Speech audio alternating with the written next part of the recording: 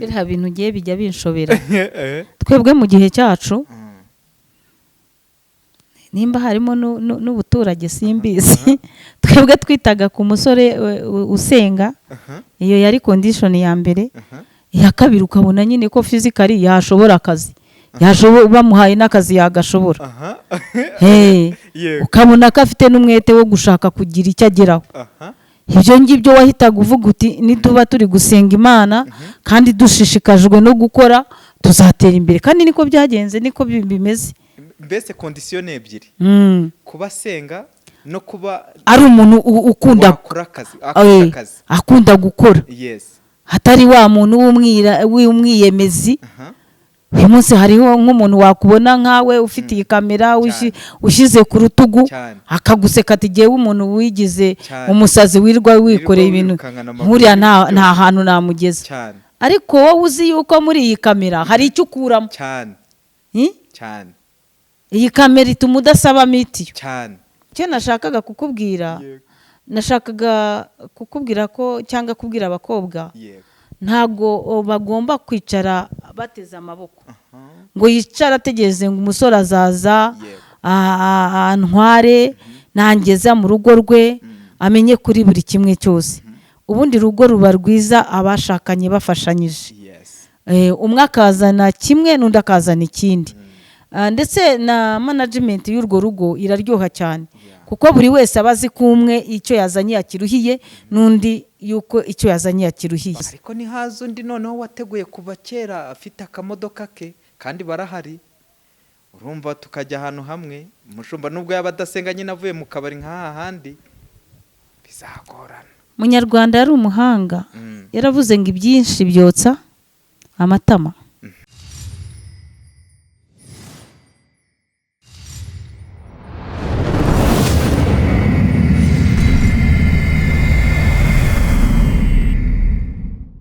turabasuje cyane inshuti bakunzi ba Elayono MC TV amahoro Imana itanga nabane namwe rero nkuko mubibona imbere ya kamera turi kumwe n'umushumba wa Elayono mushumba muraho neza Yesu Kristo nashimwe cyane amen ndabasuhuje mwese inshuti za Elayono MC TV aho muri hose abakristo bitorero Elayono ndetse n'inshuti zacu mwese navuga ngo Imana ibishimire ibanezeze mushumba twishimiye rero kubakira kandi twishimiye umwanya muduhaye ariko mbere yuko dutangira ikiganiro twagira ngo mubanze mudushyire imbere y'Imana tubone gukurikiza ikiganiro.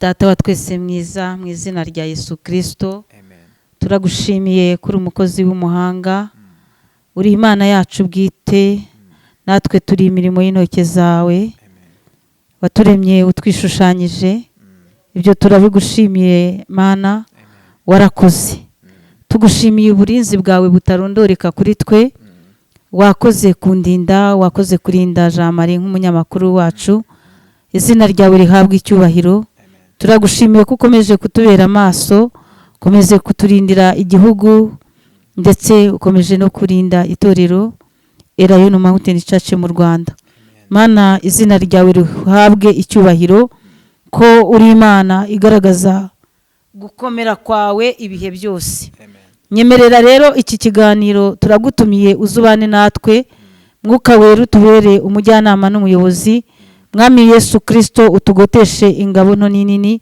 data wa twese Imana n'ukuri ube hagati muri twe urakoze rero ngaho utangirane natwe kandi uze gusozanya natwe byose mbisabye mbyinginga mu izina rya Yesu Kristo amen mushumba rero uyu munsi twihuse nagira ngo tuganire ku rubyiruko rwo mu itorero tuba dukeneye kurambagiza abandi baba bakeneye kurambagizwa ese nk'ubu ngubu wenda muri iyi minsi wenda nkubajije ubona abantu bari gukora ubukwe nta kibazo cyane mbere na mbere ndibwira abatukurikiye amazina yanjye nitwa Bishop ubugingo Leonira ndi umushumba w'itorero Elayono Mountain Church mu Rwanda dukorera hano Kacyiru ku munara iruhande rwose rwa polisi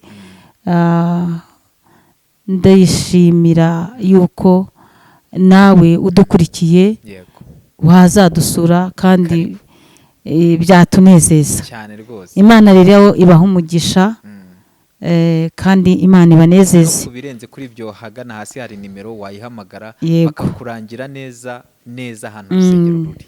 0782644319. Yego. Wari utangiye ikiganiro Yego. uvuga ku urubyiruko muri iki gihe. Ese murimo gushyingirwa? Murimo gushyingira? Impamvu mbikubajije, hari nk'ibihugu usanga ibintu byo gusezerana babanza bakibanira noneho bakazaba basezerana nyuma. Ubona urubyiruko ruri gukora ubukwe, noneho no mu Rwanda hari terme nawe urayizi ngo ivuga ngo nta gikwe. Twebwe turashyingira rwose. Yego. Twebwe turashyingira. Navuga ngo ni umugisha. Yeah. Ni umugisha iyo ubona abana b'abasore barererwa mu itorero bagakora ubukwe. Ni ibintu binejeje. Ni ibintu binejeje. Navuga ngo ni umugisha buri mubyeyi wese aba yifuza kwakira. Yego. Rero mu kiganiro nagira ngo tugire uyu munsi, nagira ngo tugire inama urubyiruko. Nagira ngo nkamwe muba mufite inararibonye, muba muri abashumba, ikindi muri umubyeyi mukuru. Rero hari igihe wenda tutamenya ngo ubundi nk'umusore niba ushaka ko urugo rwawe rukomera urarambagiza nde? Umukobwa niba ushaka ko, urabizi hari abantu barara mu kabari, izo terime ujya uzumva, akavuga ati nubwo ndara nsinda mu kabari sinzashakamo turarana hano mu kabari, nzajya mu icaci. Biriya bintu ugiye bijya binshobera. Ntago njya numva ukuntu umuntu aba azi yuko nawe ari rubebe. Yego. Afite ibigeso byamunaniye nk'ibyo ngibyo by'uri kuvuga byo kurara nk'ibiyobyabwenge, arara aho ngaho mu tubyiniro, yarangiza agashaka guhangayikisha umwana w'umuntu, akavuga ngo azaza kumuvana mu icaci, amujyane amushyire kuri iryo kosi ryo kujya arara ari umuzamu w'urugo rwe. Biriya nyine birababaza. Simbizi ubu usanga benshi ariko bimeze. Ariko navuga ngo mbere yuko yagombye kuvuga ngo kubera icyo ashaka uwo mukobwa wo mu icaci, nuko umukobwa wo mu icaci aba afite indangagaciro, aba afite za kirazira aziririza, aba afite inyifato nziza. Ubwo akaza akurikiye ibyo tuvuze kandi we atabifite. Ubwo rero navuga ngo ni byiza, ariko nabyo tujya tugira ikibazo nyine ko abakobwa bacu nabo batihagararaho. N'ikindi nanone hari igihe nk'abo ngabo baba baturutse wenda nk'aho mu kabari usanga aje afite akana, ariko umwana wizera muri groupe y'abanyamasengesho, muri worship team, muri korari, ugasanga nawe nta kintu afite kigize. Rero abakobwa b'iki gihe ugasanga akantu, rero ngewe buriya ntago akantu ariko natindaho cyane. Yego. Niyo waba waracitse amaboko, nibaza ko hari urundi rugingo Imana yakoresha ikakubeshaho. Yego. Ako kantu ushobora ugakurikira ayo mafaranga, ugakurikira iyo modoka, ariko wagenda nyuma y'icyumweru kimwe ukajya urarubiriramo. Si ibintu ugiye mutazasinzira ngo urye uhage bikumara iki? Yego. Ntibirutwa nuko wakibanira n'uriya mugasitiragoringa n'ubuzima, ariko mukazageraho namwe mugera kuri bya bintu byinshi waranabigizemo uruhare, warabiruhiye. Kuki abantu bo bashaka kurya ibintu bataruhiye? Rega icyo nacyo ni ikintu kibi cyane. Niba uri umwana w'umukobwa warize, wenda nubwo waba utarize amashuri akomeye, ariko byibuze ufite umwuga wenda ukubeshejeho, uzi gusoma no kwandika, uzi kudoda se, cyangwa se wize guteka, umuntu araguhamagara ukaza ukamutekera ibiryo biryoshye akaguhemba ibyo 20,000 ku munsi, cyangwa ufite ahantu ukora, kubera icyo ushaka kujya kuba mu itaje. Urumva ingazi wuriye iyo etaje uzayijyamo nyine urara uri umuzamu wayo, kuko wowe muri gahunda zawe mu cyiciro umaze kugeramo ntago wari bwatekereze no kuba wakubaka kadasitiri, uracyarundarunda ubuzima. Icyo kintu rero ni ikintu rwose Satani akubitisha abana b'abakobwa cyangwa se n'abasore ariko nuko murimo. iya n'abasore nyine birumvikana nibyo nari ngiye kukubaza, ugasanga nyine n'umusore ari kuvuga ati uyu mukobwa se nawe nta kintu afite kandi nanjye nta kintu mfite, turahura ngo bigende biti. Rero ndashaka kugira ngo winjire mu kibazo uko ubibona, nkamwe mu gihe cyanyu hari uburyo mwabibonaga, n'ubu ngubu hari uburyo mubibona, ariko ukagira inama watanga. Twebwe mu gihe cyacu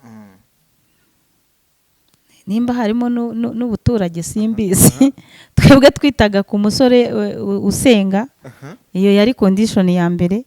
Iya kabiri ukabona nyine ko physically yashobora akazi, bamuhaye n'akazi yagashobora. Ukabona ko afite n'umwete wo gushaka kugira icyo ageraho. Ibyo ngibyo wahitaga uvuga uti nituba turi gusenga Imana kandi dushishikajwe no gukora tuzatera imbere. Kandi niko byagenze, niko bimeze.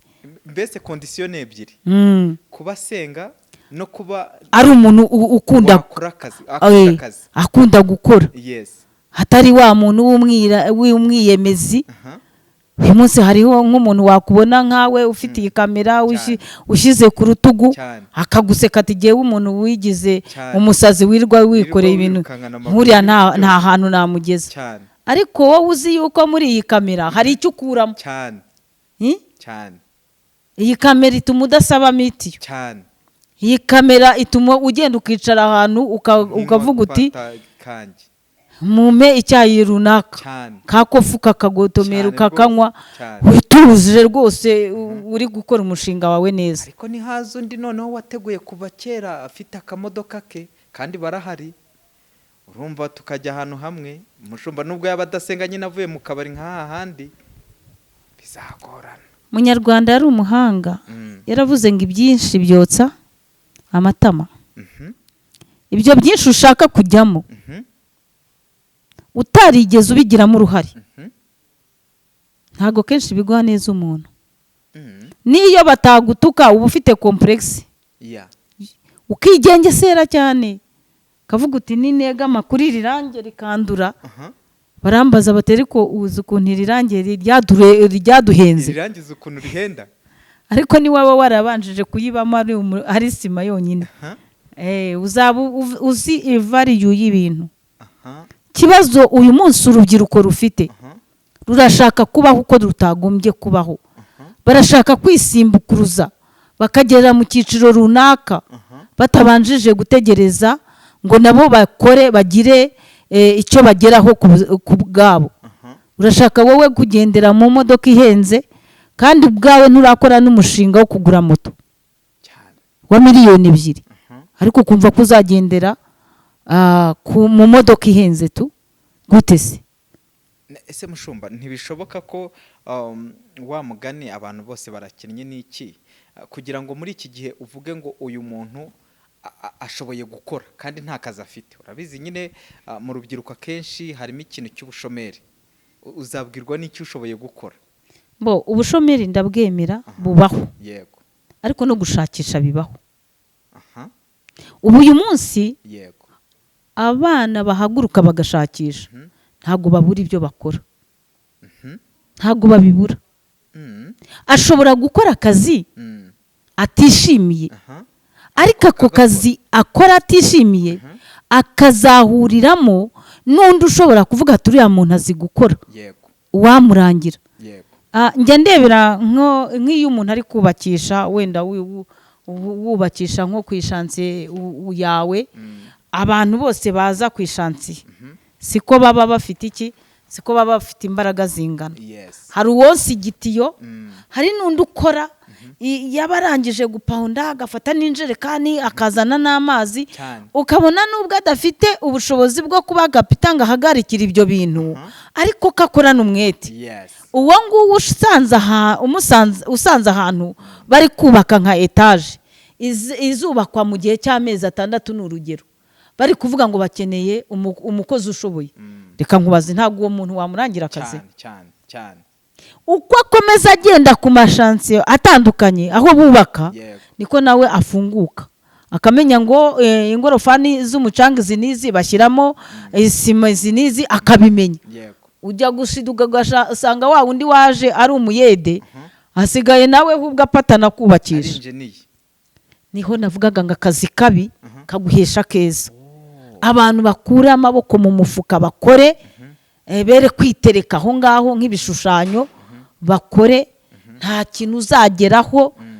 Reka nkubwire, n'umubyeyi wakubyaye ageraho akagucutsa cyane, ntabwo yakugaburira ngo ugire imyaka 50 wicaye, abakuteretsemo iki, abakugaburiramo iki? Yego.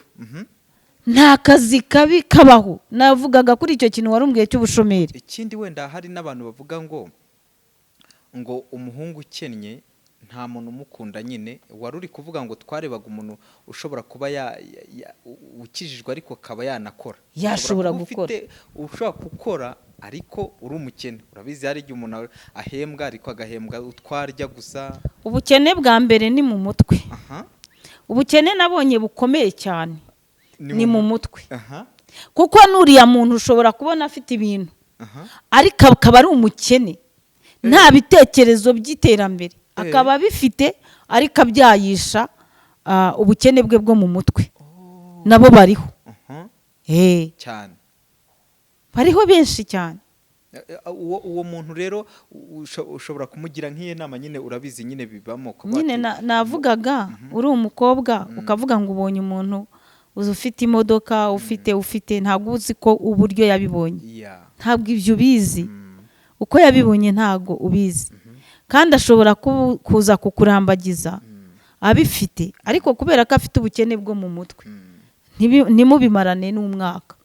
Icyo nacyo cyakubera igikomere utazapfukize, kuko ibyo wagiye ukurikiye ugezeyo urabibuze cyangwa bikuyoyokereye mu ntoki.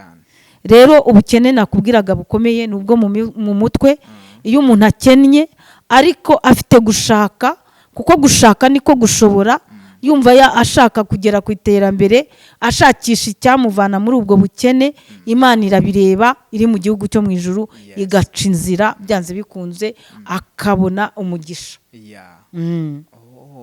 Okay, rero dusa naho dusoza iki kiganiro, nagira ngo turasa naho tubagira inama bombi. Urumva twavuze wenda ku bakobwa ni gute batereta, uwo batereta, bukene n'iki n'ubukire, ariko n'abakobwa nabo hari igihe bahura n'imbogamizi. Harya twavuze ku bakobwa ni abasore nyine bagomba gukora, bagakura amaboko mu mufuka, ariko n'abakobwa hari igihe nyine umusore yavuga ati umukobwa tuzabana gutya na gutya, ugasanga nyine akenshi abakobwa harimo abakora, harimo abadakora, ugasanga hari nka kera ugereranyije wowe kugira ngo uvuga ati babareberaga kuki. Reka mbaze icyo kibazo. Icyo ngicyo cyo n'uyu munsi kiriho, uko barebaga umwana w'umukobwa n'uyu munsi ndibaza ko namwe abasore mukirebaho. Icya mbere cyo ni ukureba ku myitwarire, uko yitwara, uko yifata. Ikindi bakareba no ku muryango atorukamo. Ikindi bakareba ese uyu mukobwa ni umukozi. Rega igihe cyose ikintu cyo kuba umukozi nta gihe kitabayeho cyane, nta gihe kitabayeho. Kera se mwarakoraga cyane gukubura. Oya, uvanye ibyo ni isuku. Isuku yo ku mubiri, byo nta mukobwa burya kubona umukobwa utiyitaho ni karara. Nyine ari kusura nyine ni wabo umukobwa ugasanga byo ku muharuro. Yego, ni ikigunda, ni ikigunda. Rero icyo nashakaga kukubwira, nashakaga kukubwira ko cyangwa kubwira abakobwa, ntago bagomba kwicara bateze amaboko ngo yicara ategereze ngo umusore azaza antware nangeza mu rugo rwe amenye kuri buri kimwe cyose. Ubundi rugo ruba rwiza abashakanye bafashanyije, umwe akazana kimwe n'undi akazana ikindi. Ndetse na management y'urwo rugo iraryoha cyane, kuko buri wese abazi ko umwe icyo yazanye yakiruhiye n'undi yuko icyo yazanye yakiruhiye, mukabiha agaciro mwembi. Rero mu bintu bigendanye no kurambagiza, ngewe icyo najya aho inama nk'umukristo, hari ukureba uko umuntu muhuje kwizera, kuko n'umuntu iyo mudahuje kwizera nabyo birananizanya, rimwe na rimwe bicumuza umwe, mbese bikananizanya. Umuntu muhuje kwizera utitaye ku itorero cyangwa ku idini runaka, iyo muhuje rwose biba byiza. Ikindi navuga mu kurambagiza ni ukutita ku butunzi, ni ukuri kw'Imana. Kiriya kintu abantu bubu barebaho, ngewe mba mbona bafashe zero. Kwita ku butunzi bw'umuntu mugiye kubana, uba ufashe zero. Ahubwo banza wite ku butunzi bwawe. Njyewe mfite iki? Wite kuri risike. Igihe we atazaba biriya bintu ndi kumubonana, azaba atakibifite, ese njyewe nzakavaringa, nzabasha gukuvura, nzabasha kuziba icyuho cya bwa butunzi nagiye ndeba. Nimba ngiye mubonana imodoka, ese igihe iyo modoka izaba yarabaye morti itakiriho, nzabasha kuba natega moto nkagera ahantu runaka. Ariko nugenda ari cyo kintu warebye gusa, azakubwira ati tujye gusenga dutega akamoto, umubwire utere ko burya nza nagusanganye imodoka ntaho njya. Urumva? Abadayimoni batangire babinjira. Nabwiraga abakobwa bacu, mwere rwose kwicara mwumva yuko abagabo muzashaka, abasore babarambagiza, naza adafite EBCD utari bumwemere. Banza urebe ngo se wowe kuri kushyiraho izo condition ngo abe afite EBCD, wowe ufite iki? Ufite iki? Urashaka inzu, ndabyemera rwose, gushaka umusore udafite inzu birarushya. Ariko se wowe ufite pariseri? Kugira ngo ya nzu nigira nk'ikibazo, wowe ya pariseri ufite muzayubakemo indi nzu muyibanemo. Tugomba kugira imyumvire itandukanye n'iya kera. Kera byo rwose umukobwa yarashakaga akagenda, bakamushyira hariya akabyara, inka zikamukamirwa, ubuzima bukabubwo, bakamwambika. Ariko uyu munsi biradusaba ngo ubuzima burahenze, biradusaba ngo twese dufashanye. Nujya kurambagiza rero uzarebe umuntu ufite mu mutwe hafungutse, ushobora gutekereza nyuma y'igihe murimo uyu munsi muri guseka, muri ya mitoma. Utekereze nyuma y'imitoma, ese uyu muntu azahagarara mu kigeragezo runaka twahura nacyo cy'ubukene. Nubona ari umuntu ukubwira ati giye sinjya ndya ikijumba, sinjya imyumbati, ni ibiki bibaho, sinjya ngenda n'amaguru, wibaze ngo uyu muntu ukambwiye ko ibi bintu bidashoboka ku buzima bwe. Ese igihe bizaba bibaye ngombwa ko ubu buzima tubugeramo, nzaba nkiri kumwe nawe cyangwa azacaho? Kandi birashoboka ko hari uwagenda. Oya, kenshi barigendera. Arakubwira ati rwose ibi ntabwo nabishobora, akagusezera akagenda. Ubwo se urumva atari ikibazo? Umushumba, ndabashimiye cyane, ndabashimiye. Iki kiganiro twakigira kirekire, gusa nyine tubabwire ko ari akagaruka, tuzagaruka tujye tugira inama urubyiruko, tugire inama ingo kugira ngo bibashe kugenda neza. Mushumba rero twasoza musengera urubyiruko muri rusange kugira ngo Imana ikomeze kubashyigikira. Ikindi niba hari ikindi kintu wenda mwabwira nk'urubyiruko mwakibabwira, ubundi muhita mudusengera. Icyo nabwira urubyiruko, narubwira ngo batinyuke, bakore, bakura amaboko mu mufuka, bave mu bitanda birirwamo baryamye, batinyuke no gukora akazi kakandi gaciriritse. Mbese icyo nababwira ni ukubankuraja, nkababwira ngo nimutinyuke mukore, akazi kose ni keza, akazi nakakubeshejeho nakagutunze. Kandi ikindi nababwira ni uko Uwiteka atakurambagirije, wowe wakubita worusije, wakubita ku ruhande ugasanga urambagije cyangwa uhisemo wahagendewe ku marangamutima yawe, ugasanga urugo rwawe rubaye urwo kuzahora uririramo amarira menshi. Reka mbaragize Imana izajye ihora ishyigikiye urubyiruko kuko irarukunda. Imana ikunda urubyiruko cyane cyane cyane, irarukunda kandi igira rwigaragariza. Data wa twese mwiza, mu izina rya Yesu Kristo, ndagushimiye kubw'iki kiganiro. Tuvugize ko urubyiruko muri iyi minsi ntabwo byoroshye kugira ngo buri muntu ahitemo uwo bazabana.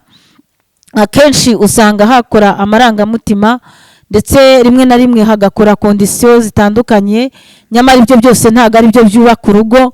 Uwiteka Imana ni wowe wubaka, kuko burya umwubatsi yubatse utamushyigikiye byasenyuka. nyemerera rero urubyiruko rwacu urugirire neza kandi ubahe imbaraga, ubagire ab'umumaro, ubahe ubwenge, ubahe ubushobozi mu izina rya Yesu Kristo. Ukangure intekerezo zabo mu izina rya Yesu Kristo. Nyaguhora ku ngoma Imana, ubabashishe gukora ibishimwa nawe mu myaka yabo ya gisore. Urakoze rero, ngaho ubabere maso. Byose nginginze gutyo mu izina rya Yesu Kristo, amen.